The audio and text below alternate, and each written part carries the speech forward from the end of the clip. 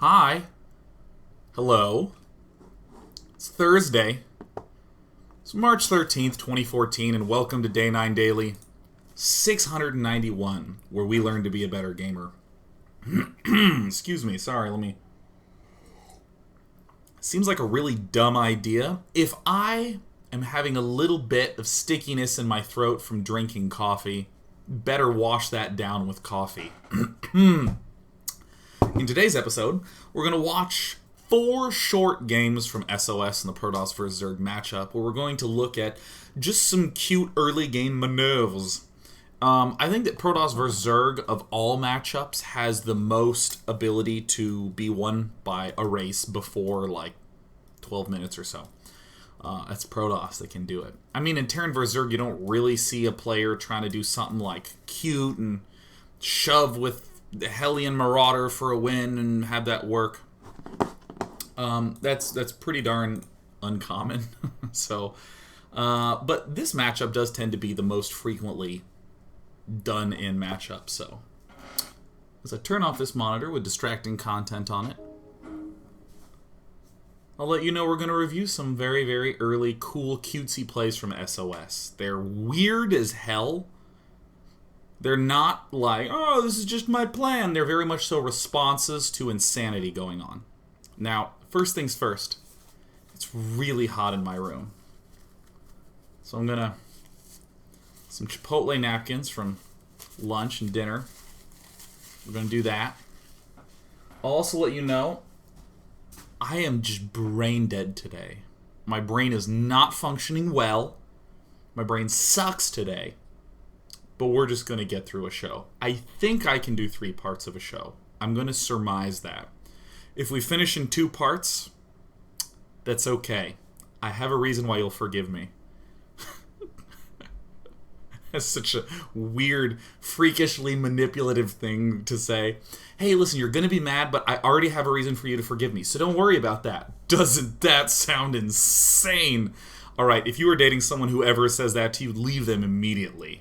But seriously, please stay on my stream right now. There's going to be a lot of tangents today. Tomorrow, all day, I'm going to be playing Heroes of the Storm. Oh my god, my ally will likely be JP McDaniel. I don't play MOBAs.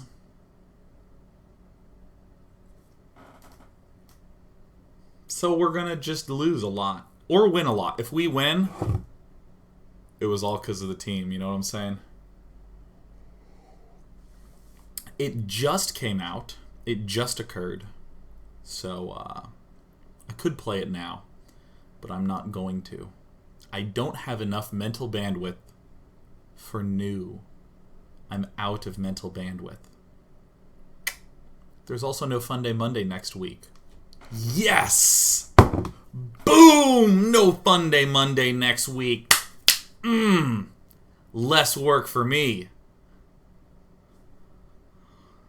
It's actually GDC next week, so there's just not enough time for normal show preparation. But I still will do a show on Monday, Tuesday, and Wednesday. Thursday's the only day upon which I will not be doing a show because I will be doing all my presenting. I'm talking about how to keep a community for 5 years at GDC.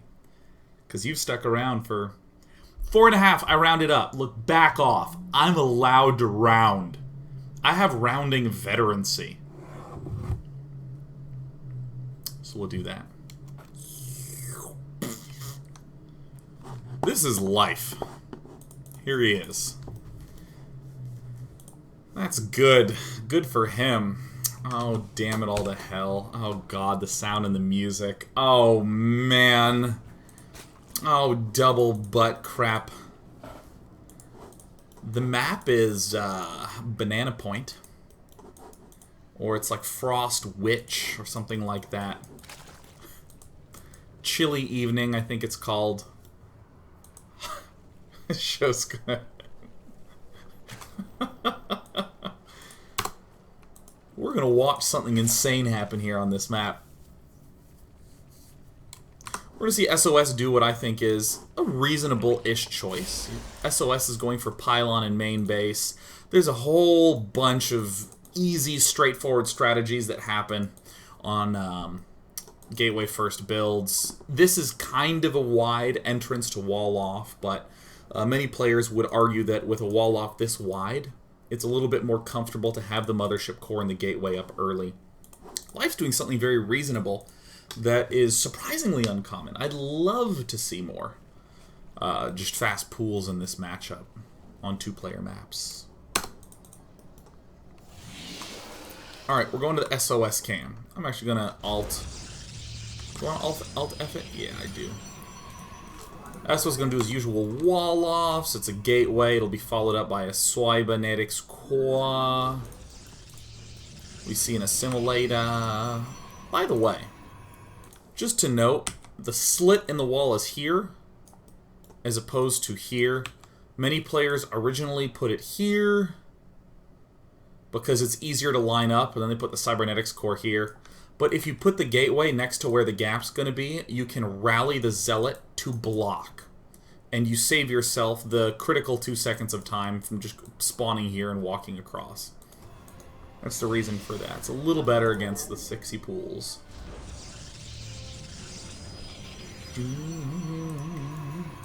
Alright, SOS, do your thing. Do your thing stuff. Ooh! Cybernetics core scouting after the core is pretty typical, because this is about when you would see terrifying things popping out. Zealot getting started. I love to talk about how canceled this Zealot often gets. We won't get the chance to do that this time. Scout sees nothing. Sometimes players will intentionally scout here. But here is already something that I love. Now see, SOS could potentially rally right here, thanks to the fact that his gateway is placed here. But he rallies in, so his probes can save. Yeah! So here's where we gotta stop. Normally when I do shows about early game antics, what we see is a player who's fairly unperturbed.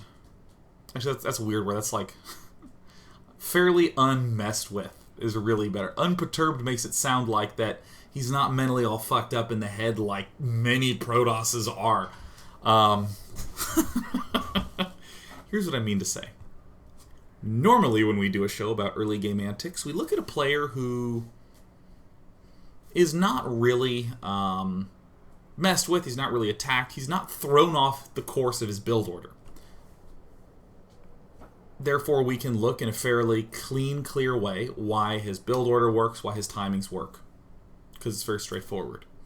But here things are going bad. Lee. Grammar Nazis. They're going unwell.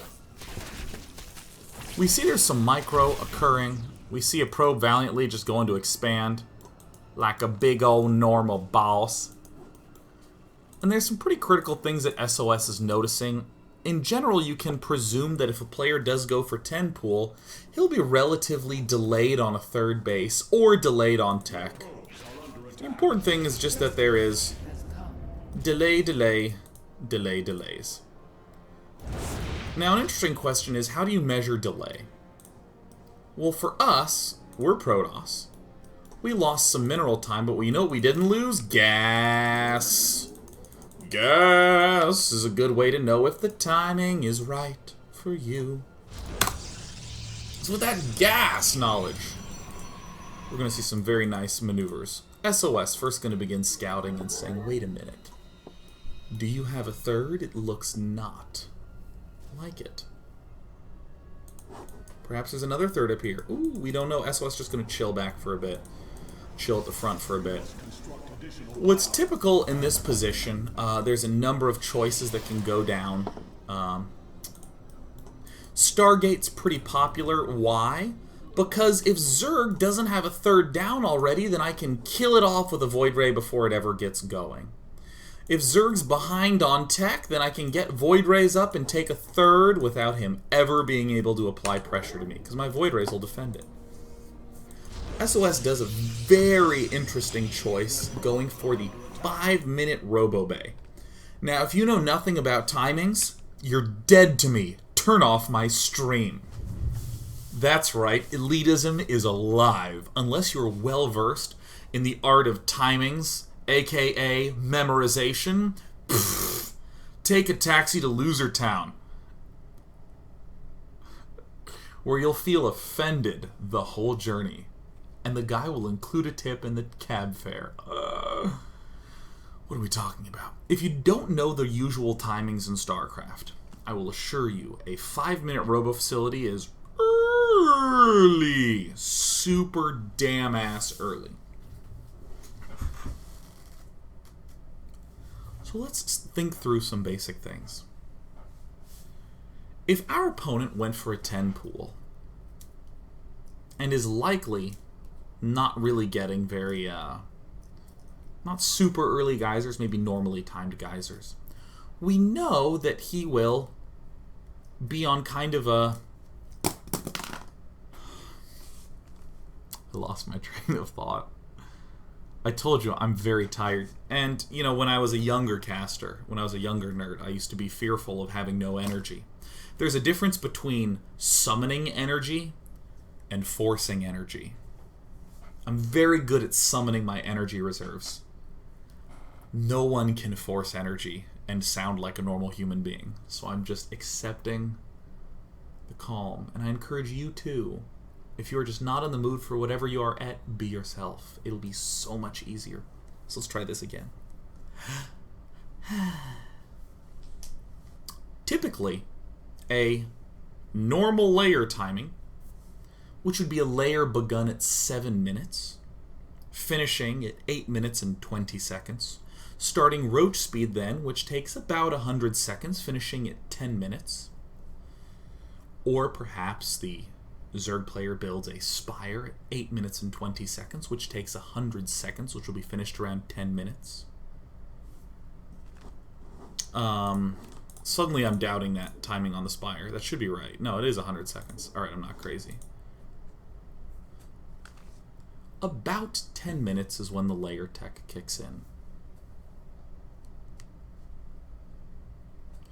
That's all we gotta do. If your opponent has a normal layer timing, his tech will kick in at around 10 minutes from the layer. So, if our opponent Life went for a 10 pool, you know what he's very likely behind on? Third base. We talked about that already. Larva. Talked about that already. He probably is, at the very least, on normal pace without that third hatch to get his layer up on time. So, his only real defenses early will be Lings and Roaches, very importantly, in small numbers. Without a third hatchery, it's really hard for there to be a lot of units in general.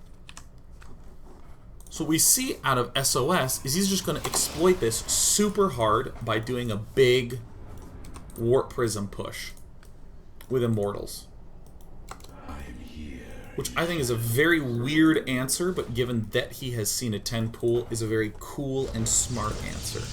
It's a good build anyways, but it does lose if your opponent just has too much stuff. Here's the Warp Prism coming up. We see a Stalker at the front to try to repel Overlords.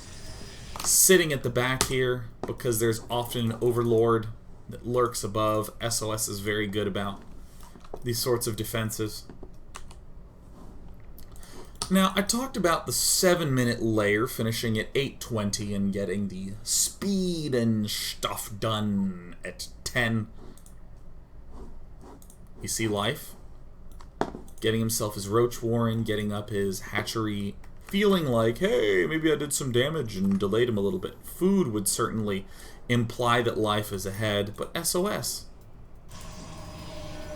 is going to rather calmly do some arrosement. No gas, no gas, no gas.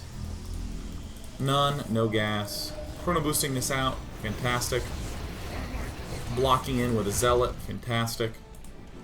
Moving in with 3 Zealots, fantastic. Second Immortal, great. Where are the other gateways coming up? There's 2, yep. Now where would SOS harass? I just love this, going straight into the main. Why are queens a high priority target? Because the whole point of this build is to exploit the fact that there's not a lot of larvae, because there's no third hatch. If we kill the queen, that'll continue to reduce his larva. Consistency. For comparison, up moment, we're hitting now 820. Very early time in the game, and it's also when SOS is getting ready to push. So I want to take a look at Zerg's economy, starting around the 6-minute mark. Actually, sure, we'll start at 5-minute mark. Remember when that robo facility went down? Do you remember it? Life. Let's take a look at what Life's doing in the time since that has gone down. So there's an extractor plopping on out. Life actually very broke. Level incredible broke. Trying to poke at the front, trying to spot vulnerabilities. Getting a fairly early second gas. Layer pops up with a very nice timing on that.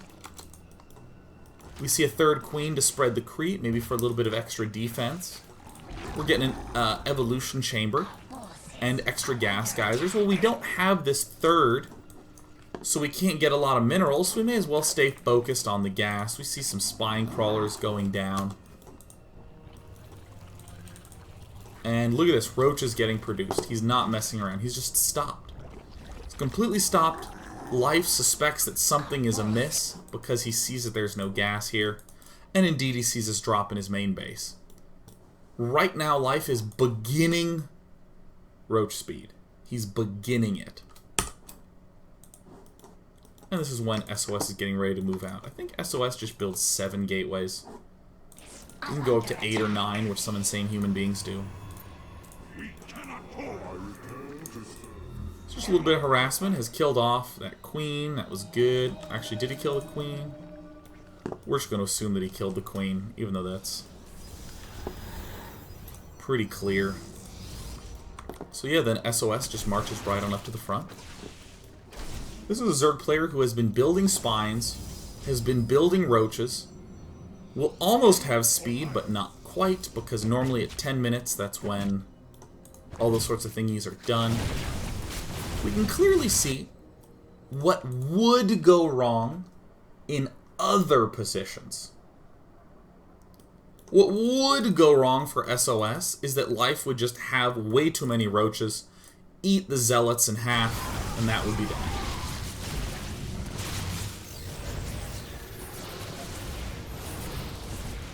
However, there's just not that many roaches. Guess what? Speed even gets done.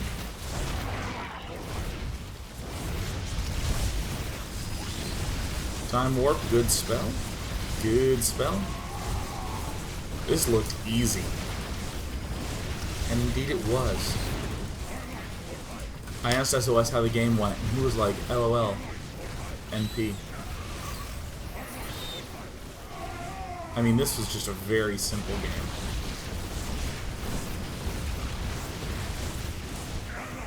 And this is what I love about watching SOS play. He gets it, you know? He is one of the best long-term players. He's also one of the best short-term players. He just says, I see weakness. I'm going to exploit this now. Immediately. Here's what we're going to do. We're going to stop part 1. When we return for part 2, we're just going to do part 2 and then we're going to stop. I showed up. I'm just so tired. I have no idea why I'm tired. I wasn't even very productive today. But when we come back, we're going to wrap up the show with a 2-part daily. Yes, we're going to go through 3 games in one segment.